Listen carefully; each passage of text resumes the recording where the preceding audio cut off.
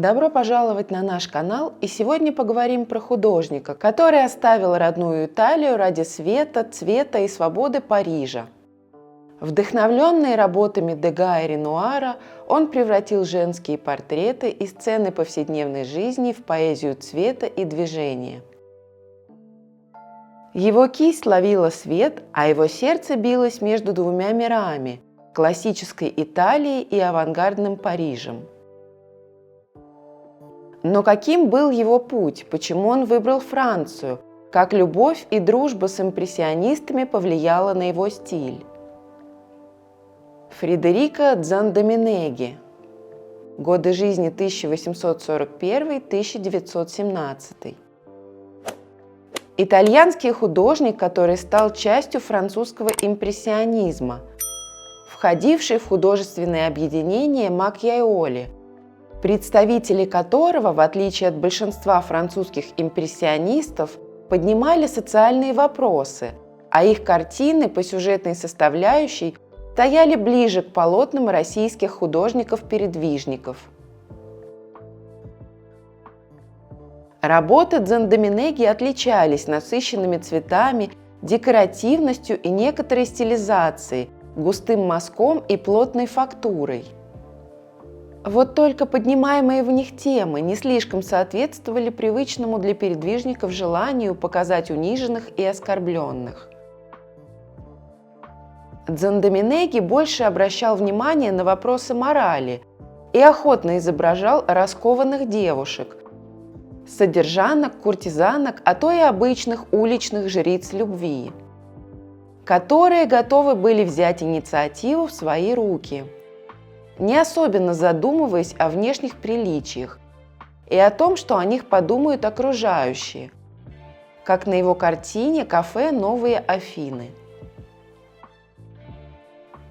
По современным стандартам там все в порядке, но исходя из морали XIX века, приличная девушка не могла просто так заводить многообещающее знакомство с мужчиной и вообще появляться в подобном заведении без сопровождения родственников или пожилой служанки. Так-то на картине явно куртизанка, которая договаривается с клиентом о встрече. На это указывают и стоящие на столе бутылки вина. 3 – это слишком много. Наверняка дама уже не трезвая и останавливаться не собирается. Похожую ситуацию отображает и картина «Визит в гримерку». Там к балерине пришел солидный господин, и явно не только для того, чтобы выразить восхищение ее танцами. А балерина ничего против его общества не имеет. Более того, наверняка рада, что удалось завязать отношения с новым поклонником. Дзандоминегги заострил внимание на обычной для того времени практике ухода балерин в содержанки. Они с удовольствием принимали дорогие подарки, а танцы особо ушлые из них воспринимали лишь как возможность привлечь к себе внимание обеспеченных поклонников. Так-то некоторые балерины – это просто высокооплачиваемые куртизанки, а театры невольно несли функцию публичных домов. Фредерико Дзандоминегги происходил из творческой семьи. Его отец и дед были известными скульпторами. И желание сына и внука поступить в Венецианскую академию художеств восприняли как само собой разумеющееся. А в 19 лет Фредерико пошел на войну, участвовал в качестве волонтера в экспедиции «Тысячи» под руководством Джузеппе Гарибальди, целью которой была освобождение Сицилии от иностранных захватчиков. Навоевавшись, Дзандоминегги стал жить во Флоренции, где познакомился с художниками школы Макьяоли. В целом, по манере письма они были близки к импрессионистам, предпочитали работать на пленэре, а не в мастерской, писать широкими мазками и нечеткими контурами, а цвет в их картинах превалировал над рисунком. Даже досуг их походил на времяпрепровождение французских импрессионистов. Они собирались вечером в своем любимом кафе Микеланджело. которая сохранилась до наших дней. И за бутылкой дешевого вина на дорогое у молодых художников просто не было денег. До хрипоты спорили о новых течениях в искусстве и о роли цвета и света в живописи, о свободе творчества. Но постепенно Дзандоминеги почувствовал, что в Италии ему становится скучно. И полностью реализовать себя никак не получается. И он поехал в Париж, где и стал своим среди местных импрессионистов. Его картины экспонировались на всех выставках импрессионистов и Салоне независимых. Были на хорошем счету среди немногих знатоков. Он дружил с Дега и Тулус-Латреком, был свидетелем на свадьбе Ренуара. Дега сильно повлиял на стиль Дзандоминеги, особенно в передаче движения и женских фигур. Но если Дега часто изображал женщин в балетных классах, то Дзандоминеги предпочитал более камерные и интимные сцены. Женщины у зеркала, в кафе или в саду. Он находил красоту в будничных моментах жизни. Оказалось, что импрессионизм интернационален, и совсем не обязательно быть французом, чтобы успешно работать в этом направлении.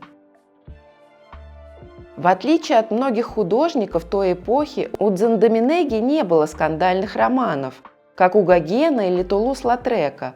О его любовной жизни известно крайне мало. Однако по его картинам можно предположить, что он восхищался элегантными, утонченными женщинами. И не только как художник, но и как мужчина. Правда, заработать достаточно денег только продажей картин никак не удавалось. Поэтому ему приходилось рисовать иллюстрации для журналов мод. В отличие от многих импрессионистов, Дзандоминеги стал коммерчески успешным при жизни. Его работы востребовала модная публика, особенно благодаря сотрудничеству с арт-дилером Полем Дюран-Рюэлем, который также поддерживал Мане, Писаро и Ренуара. А в 1898 году была организована и персональная выставка Дзандоминеги. Оказалось, что он создал немало замечательных картин, хотя практически не писал крупных исторических сцен и редко обращался к мужским образам. Его главной темой были женщины, грациозные, естественные в повседневных моментах, за чтением, шитьем и прогулками. Он считал, что именно в женских жестах и позах скрыта истинная поэзия жизни. После смерти Дзандоминеги его имя оказалось незаслуженно забытым, но в 20 веке его картины снова обрели популярность. Сегодня его нежные светлые женские образы ценятся коллекционерами и украшают ведущие музеи мира. Фредерико Дзандоминеги – уникальный художник, который привнес итальянскую элегантность в мир французского импрессионизма, оставаясь верным красоте женского мира.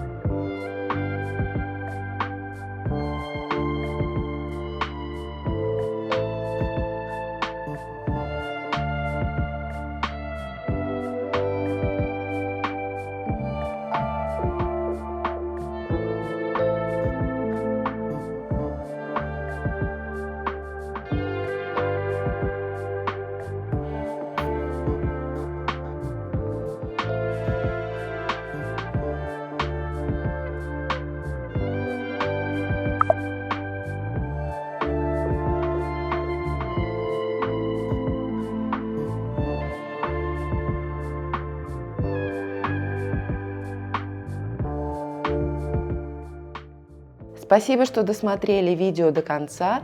Лайк, комментарий – отличный способ поддержать канал и автора.